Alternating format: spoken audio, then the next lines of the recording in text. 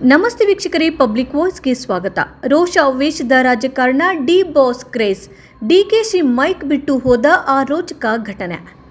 ನಮಸ್ಕಾರ ವೀಕ್ಷಕರ. ಕರ್ನಾಟಕ ರಾಜಕಾರಣದಲ್ಲಿ ಯಾವಾಗ ಏನು ಬೇಕಾದರೂ ನಡೀಬಹುದು. ಇಲ್ಲಿ ರಾಜಕೀಯ ನಾಯಕರ ವರ್ಚಸ್ಸು ಒಂದು ಕಡೆ ಆದರೆ ಸ್ಯಾಂಡಲ್ವುಡ್ ಸ್ಟಾರ್ಗಳ ಕ್ರೇಜ್ ಮತ್ತೊಂದು ಕಡೆ. ಈ ಎರಡೂ ಶಕ್ತಿಗಳು ಮುಖಾಮುಖಿ ಆದಾಗ ಕಿಡಿ ಹತ್ತೋದು ಖಚಿತ. ಅಂತಹದ್ದೇ ಒಂದು ಘಟನೆ ಇತ್ತೀಚೆಗೆ ರಾಮನಗರದಲ್ಲಿ ನಡೆಯಿತು. ಹೌದು, ಕರ್ನಾಟಕದ ಮುಖ್ಯಮಂತ್ರಿಗಳು ಹಾಗೂ ಒಕ್ಕಲಿಗ ನಾಯಕರಲ್ಲಿ ಪ್ರಮುಖರಾದ ಡಿಕೆ ಶಿವಕುಮಾರ್ ಅವರು ಸಾರ್ವಜನಿಕ ವೇದಿಕೆಯಲ್ಲಿ ಮೈಕ್ ಬಿಟ್ಟು ಹೊರನಡೆದ ಘಟನೆ ರಾಜ್ಯಾದ್ಯಂತ ಭಾರೀ ಸಂಚಲನ ಮೂಡಿಸಿತು. ಅದಕ್ಕೆ ಕಾರಣವಾಗಿದ್ದು ಮಾತ್ರ ಕೇವಲ ಒಂದೇ ಒಂದು ಹೆಸರು, ಅದೇ ಡಿ ಬಾಸ್ ದರ್ಶನ್. ಅಷ್ಟಕ್ಕೂ ಒಂದು ರಾಮನಗರ ಚಾಮುಂಡೇಶ್ವರಿ ಉತ್ಸವದಲ್ಲಿ ಆಗಿದ್ದೇನು? ಡಿಕೆ ಶಿವಕುಮಾರ್ ಅವರಿಗೆ ಅಷ್ಟು ಕೋಪ ಬರಲು ಕಾರಣವೇನು? ಇಡೀ ಸಭೆಯಲ್ಲಿ ನಡೆದ ಆ ರಣರೋಚಕ ಘಟನೆಯ ಸಂಪೂರ್ಣ ವಿವರ ಇಲ್ಲಿದೆ, ಬನ್ನಿ ತಿಳಿಯೋಣ. ರಾಮನಗರ ಜಿಲ್ಲೆ ಎಂದ ತಕ್ಷಣ ಇಲ್ಲಿ ಡಿಕೆ ಅವರ ಕುಟುಂಬದ ಪ್ರಾಬಲ್ಯ ಎಷ್ಟು ಎಂಬುದು ಎಲ್ಲರಿಗೂ ಗೊತ್ತೇ ಇದೆ. ಅದರಲ್ಲೂ ಡಿಕೆ ಶಿವಕುಮಾರ್ ಪಾಲಿಗೆ ರಾಮನಗರ ರಾಜಕೀಯ ತವರು ಇದ್ದಂತೆ. ಇಂತಹ ತವರು ನೆಲದಲ್ಲಿ ಆಯೋಜಿಸಲಾಗಿದ್ದ ಚಾಮುಂಡೇಶ್ವರಿ ಅಮ್ಮನವರ ಉತ್ಸವ ಕಾರ್ಯಕ್ರಮ ಕಳೆಗಟ್ಟಿತ್ತು. ಜನಸಾಗರವೇ ಹರಿದು ಬಂದಿತ್ತು. ಕಾರ್ಯಕ್ರಮದಲ್ಲಿ ಡಿಕೆ ಶಿವಕುಮಾರ್ ಅವರು ಆಗಮಿಸಿ ವೇದಿಕೆಯಲ್ಲಿ ಕುಳಿತು ಭಾಷಣ ಮಾಡಲು ಮೈಕ್ ಹಿಡಿದರು. ಅಮ್ಮನವರ ಕೃಪೆ, ಕ್ಷೇತ್ರದ ಅಭಿವೃದ್ಧಿ ಹಾಗೂ ರಾಮನಗರ ಜನರೊಂದಿಗಿನ ತಮ್ಮ ಒಡನಾಟದ ಬಗ್ಗೆ ಮಾತನಾಡ್ತಾ ಸಾಗಿದ್ರು. ಜನರಿಂದಲೂ ಸಕಾರಾತ್ಮಕ ಪ್ರಕ್ರಿಯೆ ವ್ಯಕ್ತವಾಗಿತ್ತು. ಆದರೆ ಈ ಸಂಭ್ರಮ ಹೆಚ್ಚು ಹೊತ್ತು ನಿಲ್ಲಿಲ್ಲ.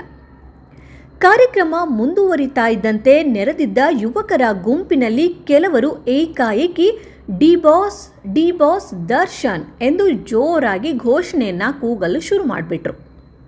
ಸ್ಯಾಂಡಲ್ವುಡ್ ನಟ ದರ್ಶನ್ ಅವರ ಮೇಲಿನ ಅಭಿಮಾನವೋ ಅಥವಾ ಉತ್ಸಾಹವೋ, ಒಟ್ಟಿನಲ್ಲಿ ಆ ಸಭೆಯ ಮಧ್ಯೆ ಆ ಹೆಸರು ಮೊಳಗ್ತು, ಅದೇ ಡಿ ಬಾಸ್ ದರ್ಶನ್. ಚಿತ್ರನಟರ ಪರವಾಗಿ ಅಭಿಮಾನಿಗಳು ಜೈಕಾರ ಹಾಕುವುದು ಸಾಮಾನ್ಯವಾಗಿ ಎಲ್ಲ ಕಡೆ ನಡೆಯುವಂಥದ್ದೇ. ಆದರೆ ಇದು ಒಂದು ರಾಜಕೀಯ ಕಾರ್ಯಕ್ರಮ.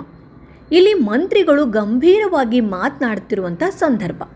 ವೇದಿಕೆಯಲ್ಲಿ ಡಿಕೆಶಿ ಇದ್ದಾರೆ ಎನ್ನುವುದನ್ನು ಮರೆತು ಯುವಕರು ನಿರಂತರವಾಗಿ ಡಿ ಬಾಸ್ ಹೆಸರನ್ನು ಕೂಗುತ್ತಲೇ ಇದ್ದರು.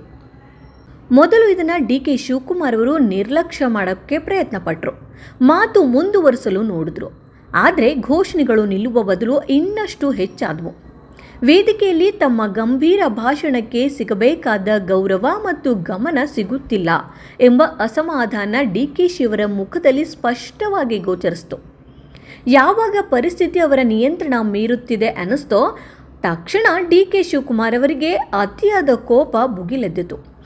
ರಾಜಕಾರಣದಲ್ಲಿ ಎಷ್ಟು ವರ್ಷಗಳ ಅನುಭವವಿದ್ದರೂ ಸಾರ್ವಜನಿಕರ ಮುಂದೆ ತಮ್ಮ ಮಾತಿಗೆ ಅಡ್ಡಿಯಾಗುವುದನ್ನು ಮತ್ತು ಇನ್ನೊಬ್ಬರ ಹೆಸರನ್ನು ಈ ರೀತಿ ಕೂಗುವುದನ್ನು ಅವರು ಸಹಿಸಲಿಲ್ಲ. ಮೈಕ್ನಲ್ಲೇ ಮಾತನಾಡುತ್ತಿದ್ದ ಡಿಕೆ ಶಿವಕುಮಾರ್ ಅವರು ಏಕಾಏಕಿ ಮಾತನ್ನು ನಿಲ್ಲಿಸಿಬಿಟ್ರು. ಮುಖದಲ್ಲಿ ರೋಷಾವೇಶ ಸ್ಪಷ್ಟವಾಗಿ ಕಾಣಿಸ್ತಾ ಇತ್ತು. ಅಭಿಮಾನಿಗಳಿಗೆ ಎಚ್ಚರಿಕೆ ನೀಡುವ ಧಾಟಿಯಲ್ಲಿ ನೋಡಿದ್ರು. ಆದರೆ ಯುವಕರ ಜೋರು ಮಾತ್ರ ಕಡಿಮೆಯಾಗಲಿಲ್ಲ. ಕೋಪ ನೆತ್ತಿಗೆರಿದ ತಕ್ಷಣ ಡಿಕೆಶಿ ಅವರು ಕೈಯಲ್ಲಿದ್ದ ಮೈಕನ್ನು ಹಾಗೆಯೇ ಕೆಳಗೆ ಇಟ್ಟರು. ಯಾವ ಮುಜುಗರಕ್ಕೂ ಅಥವಾ ಸಮಾಜಾಯಿಸಿಗೂ ಕೂಡ ಅವಕಾಶ ನೀಡದೆ ಸಾಕು ನಿಲ್ಲಿಸಿ ಎನ್ನುವಂತೆ ಕೈ ಮಾಡಿ ಕುಳಿತಿದ್ದ ಆಸನದಿಂದ ಎದ್ದು ವೇದಿಕೆಯಿಂದ ದಿಢೀರೆಂದು ಹೊರನಡೆದೇ ಬಿಟ್ರು. ವೇದಿಕೆಯಲ್ಲಿದ್ದ ಇತರ ಸ್ಥಳೀಯ ನಾಯಕರು ಮತ್ತು ಆಯೋಜಕರು ದಂಗಾಗಿ ಹೋದರು.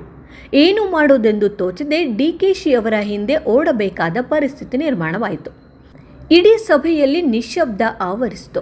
ತಾವು ಮಾಡಿದ ಸಣ್ಣ ಘೋಷಣೆಯಿಂದ ಇಡೀ ಕಾರ್ಯಕ್ರಮವೇ ಅರ್ಧಕ್ಕೆ ನಿಂತು ಡಿಕೆಶಿ ಕೋಪಗೊಂಡು ಹೊರಟು ಹೋದದ್ದನ್ನು ಕಂಡು ಅಭಿಮಾನಿಗಳು ಹಾಗೂ ಸಾರ್ವಜನಿಕರು ಬೆರಗಾದರು. ವೀಕ್ಷಕರ, ಈ ಘಟನೆ ಕರ್ನಾಟಕ ರಾಜಕಾರಣದಲ್ಲಿ ಮತ್ತು ಸಾಮಾಜಿಕ ಜಾಲತಾಣಗಳಲ್ಲಿ ಬಹಳ ದೊಡ್ಡ ಚರ್ಚೆಗೆ ಗ್ರಾಸವಾಯಿತು. ರಾಜಕೀಯ ನಾಯಕರು ತಾವು ಎಷ್ಟೇ ದೊಡ್ಡ ಹುದ್ದೆಯಲ್ಲಿದ್ದರೂ ಯುವ ಸಮುದಾಯದ ಸೆಲೆಬ್ರಿಟಿ ಕ್ರೇಜ್ ಮುಂದೆ ಕೆಲವೊಮ್ಮೆ ಅಸಹಾಯಕರಾಗ್ತಾರೆ ಎಂಬುದಕ್ಕೆ ಇದು ಸಾಕ್ಷಿಯಾಯಿತು. ಗಂಭೀರವಾದ ಅಭಿವೃದ್ಧಿ ಅಥವಾ ಸಾಂಸ್ಕೃತಿಕ ಕಾರ್ಯಕ್ರಮಗಳಲ್ಲಿ ಇಂತಹ ಅನಗತ್ಯ ಘೋಷಣೆಗಳು ವೇದಿಕೆಯ ಘನತೆಗೆ ಹೇಗೆ ಕುಗ್ಗಿಸುತ್ತವೆ ಎಂಬ ಕಳಕಳಿಯನ್ನು ರಾಜಕೀಯ ವಿಶ್ಲೇಷಕರು ವ್ಯಕ್ತಪಡಿಸಿದರು.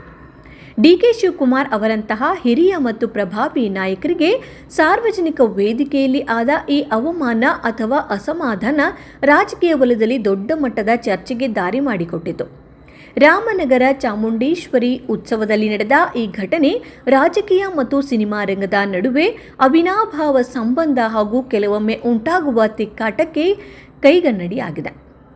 ನಾಯಕರ ಪ್ರಭಾವ ಎಷ್ಟೇ ಇದ್ರೂ ಅಭಿಮಾನಿಗಳ ಕ್ರೇಜ್ ಕೆಲವೊಮ್ಮೆ ಎಲ್ಲ ಗಡಿಗಳನ್ನು ಮೀರಿಸಿಬಿಡುತ್ತದೆ ಎಂಬುದನ್ನು ಈ ಘಟನೆ ಮತ್ತೊಮ್ಮೆ ಸಾಬೀತುಪಡಿಸಿತು. ಈ ಘಟನೆಯ ಕುರಿತು ನಿಮ್ಮ ಅಭಿಪ್ರಾಯ ಏನು? ರಾಜಕೀಯ ವೇದಿಕೆಯಲ್ಲಿ ಈ ರೀತಿ ಸೆಲೆಬ್ರಿಟಿಗಳ ಹೆಸರು ಕೂಗುವುದು ಎಷ್ಟು ಸರಿ? ಡಿಕೆಶಿ ಅವರ ಪ್ರತಿಕ್ರಿಯೆ ಸರಿಯಾಗಿದೆಯಾ? ನಿಮ್ಮ ಅನಿಸಿಕೆಯನ್ನು ಕಮೆಂಟ್ ಮಾಡಿ ತಿಳಿಸಿ. ಈ ವಿಡಿಯೋ ನಿಮಗೆ ಇಷ್ಟವಾದರೆ ಲೈಕ್ ಮಾಡಿ, ಶೇರ್ ಮಾಡಿ ಹಾಗೂ ನಮ್ಮ ಚಾನಲನ್ನು ಸಬ್ಸ್ಕ್ರೈಬ್ ಮಾಡೋದನ್ನು ಮರಿಬೇಡಿ.